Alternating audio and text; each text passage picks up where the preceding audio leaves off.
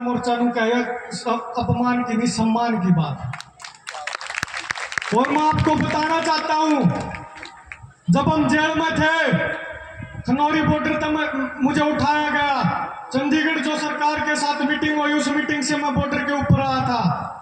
मैं जब पकड़ा तो मेरे तब बोले मखा मेरा कसूर क्या है? बोले तू कसूर करे ही नहीं, तेने मैं मुंह पकड़ा ही नहीं, या वर्डिंग थी उनकी। मैं चलो कोई नहीं, 307 धारा मेरे ऊपर लाई गई, जिसका अक्षय भाई को एक बार बीच में रोकेंगे भाई ना। एक बार हमारे साथी जो है एक बार बसंती पगड़ी पर आकर जो है भाई का जो है अभिनंदन और स्वागत करना चाहते हैं। दिकाड़ा से हमारे साथी हैं भाई सोमवीर जी और इनके गांव के साथी, तो पगड़ी पर आकर बसंती रंग की जो है एक बार तालियां से जोरदार अभिनंदन भाई अक्षय।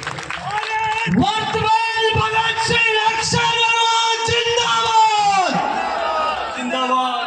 वर्तमान भगत सिंह अक्षय जिंदाबाद जिंदाबाद। भाई अक्षय,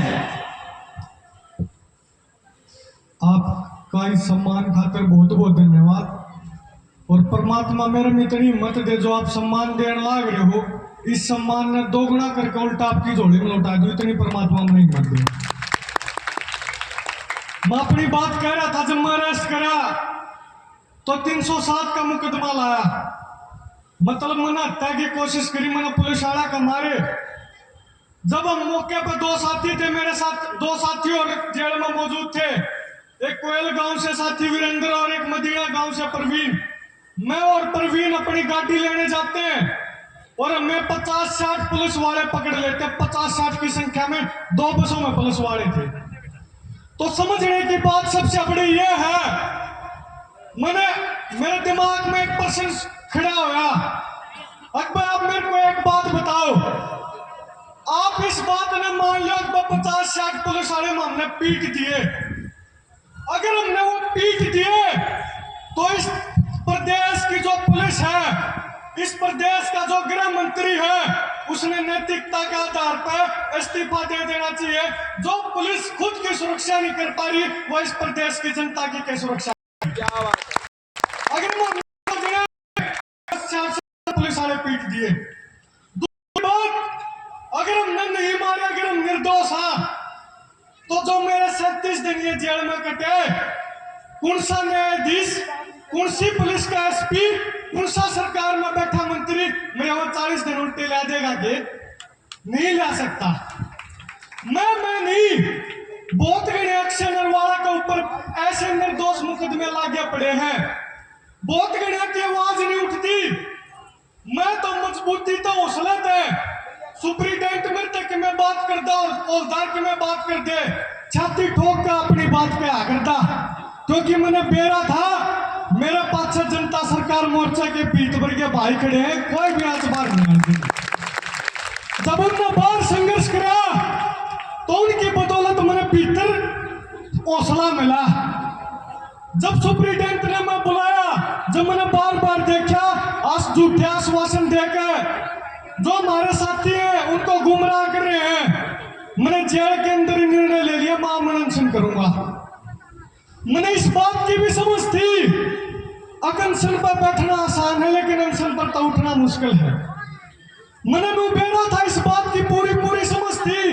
हमने अनशन टूटते खुलते देखे थे, अकिते कमी पेशी रहेगी तो किसान कौम का बालक है, या बात इस प्रशासन की नजर में चली जाएगी। अगर मैंने अनशन तोड़ दिया, अब ये तो कमजोर थे, 5-4 दिन में और डालोगे, लेकिन मैं संकल्प ले चुका था, क्यों इसलिए ले चुका था, अब मेरे भाई मेरे मोर्चे के साथी मजबूती था, मेरी गेला बाहर खड़े, आप लोग बाहर खड़े हो।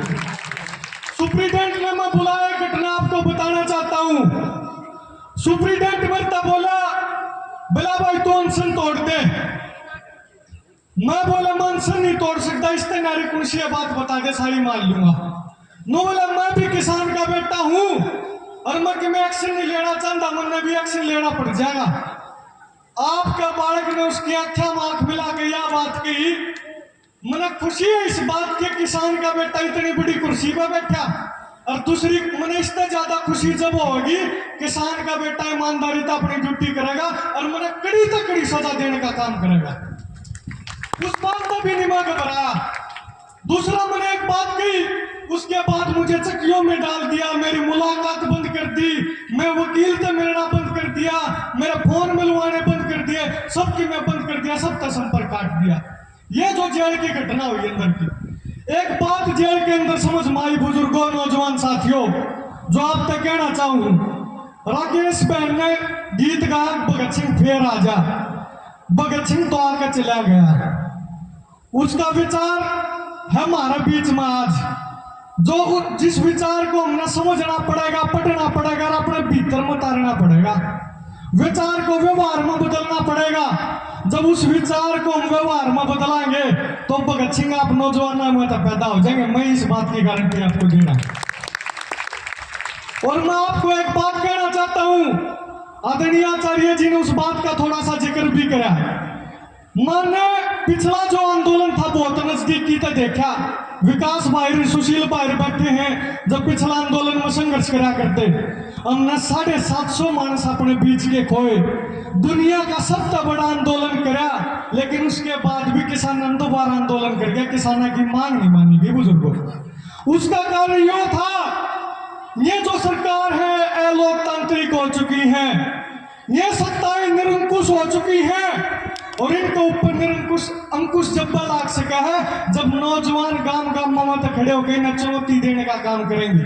आज होने लाग रहा है, जितनी बड़ी गाड़ी उतना बड़ा नेता, जितनी माला उतना बड़ा नेता, और जितनी ठगी कर रहा होगा उतनी बड़ी वो गाड़ी ले रहा होगा, और उसने हम भाई साहब तो मिलवा दो, भाई साहब तो मिलवा दो, भाई साहब तो मिलवा दो।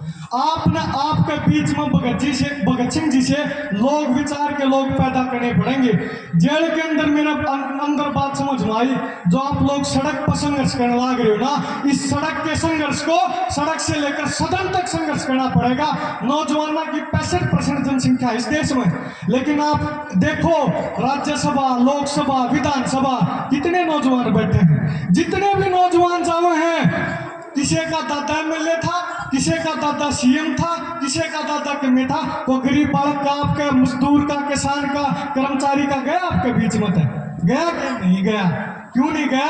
हमारी कमी रही। मामा मन नहीं से मानस नू देखिए, अकबर राजनीति की बात करे है, मैं बोले राजनीति तो बहुत पवित्र शब्द है, अगर राजनीति को गंदा करने का काम किया है तो अजय मिश्रा टेनी जैसे लोगों ने करने का काम किया, जिसने किसानों को कुचल दिया और उसके बाद मंत्री बरकरार रहा, उसके बाद दोबारा इस लोकसभा की टिकट दे दी गई। तो बीजेपी जैसे लोग, इन पार्टियों के लोग इस राजनीति को गंदा करने का काम कर रहे हैं। इस पवित्र शब्द को, इस पवित्र राजनीति के शब्द को दोबारा से शुद्ध करना पड़ेगा, पवित्र करना पड़ेगा। और वो क्यों होगा? जब आप जिसे नौजवान भैया बात कहोगे, जो भाई अच्छा है उसने आगे करोगे, जो भाई नदी का लायक है उसने समाज में काटोगे, जो छोटा पेड़ है उसने पानी दोगे तो बड़ा वट वृक्ष बनेगा, अपना फलदार फल देने का काम करेगा, फल देने का काम करेगा। मैं आपको यह बात कहना चाहता हूँ। और अंत में एक बात जिक्र करना चाहता हूँ, 23 मार्च को गोहाना में पिछला कार्यक्रम होया, हमने हुसैनी वाला शहीदों के स्मारक के ऊपर देसी घी की जो भाइयों ने लिखा है कि गौ माता और शहीदों के नाम का ये दिन है, गौ माता के घी की जोत वहां पे जलाने का काम करा, जिसकी सौगंध से सिर्फ भारत नहीं, जिसकी सौगंध पाकिस्तान तक भी जाओ, क्योंकि वो गांव बॉर्डर के ऊपर है, और अमन चैन शांति का संदेश लेकर जावा है, हमारे शहीदा की आह्वान लेकर जावा है। और उसके बाद जो तो हमने शहीदा के स्मारक के ऊपर उनका सम्मान में जगा दी। आज समय आ चुका है, हम भगत सिंह के विचार की जोत हर नौजवान के दिलों में जगाने का काम करें। आज वो समय आ चुका है बुजुर्गों, नौजवान साथियों। इस जीवन में मैं जब जेल था करके पूरे परेशान, भीतर मन ने रोटी खानी छोड़ी, बाहर मेरी मां ने खानी छोड़ दी। मन ने सुप्रीडेंट समझावे, अक भाई तारे घर का लखा, तेरे घर के परेशान हो रहे होंगे, और न्यू हो रहा होगा, न्यू हो रहा होगा। मैंने बोला ऐसा है जी, अगर निर्दोष पड़े की सजाएं देनी है तो छोटी मोटी ना दो। 23 मार्च आने लग रहा है, मैं आख्या मार कर गया बात की, मैंने फांसी की सजा दो, अगर निर्दोष ही ना सजा देने लगे तो। और मैं इस बात का आप लोग बुजुर्गों, जब आप नौजवान साथियों, जब आप लोग ईमानदारी से काम करते हो तो परमात्मा देखे है, चीज फड़ा फूड़ा जरूर है। यो मेरा अनुभव रहा है 6-7 साल का। कॉलेज लाइफ में थे, मैं लाग गया था प्रोटेस्टा का हिस्सा बने, मैंने यह चीज महसूस करी है कि जब ईमानदारी तक कोई भी प्रयास हो ना, परिणाम तक जरूर पहुंचे हैं। और निश्चित तौर पर जो जनता सरकार मोर्चा ने संकल्प लिया है, और जब मैं साथिया गेला भी चर्चा हुई और यो संकल्प लिया कि राजनीति को भी पवित्र करेंगे और संहिता के विचारा की जोत भी नौजवानों के मनों में जलाने का काम करेंगे। यो काम भी जनता सरकार मोर्चा ने करना होगा। अगर आज नहीं जागे तो आगे टाइम नहीं रहोगा, आगे टाइम नहीं रहोगा समझने का भी। अब क्या सोची थी, क्या बन गया, वो काम हो जाएगा। तो मैं अंत में इसी बात के साथ, वक्ता बहुत है, ज्यादा समय नहीं लूंगा, मंच की भी अपनी मर्यादाएं हैं। एक बार जोरदार नारे के साथ इनकलाब जिंदाबाद का दोनों हाथा का नारा लाके, इनकलाब जिंदाबाद, जिंदाबाद जिंदाबाद इनकलाब जिंदाबाद, जिंदाबाद जिंदाबाद इनकलाब जिंदाबाद, जिंदाबाद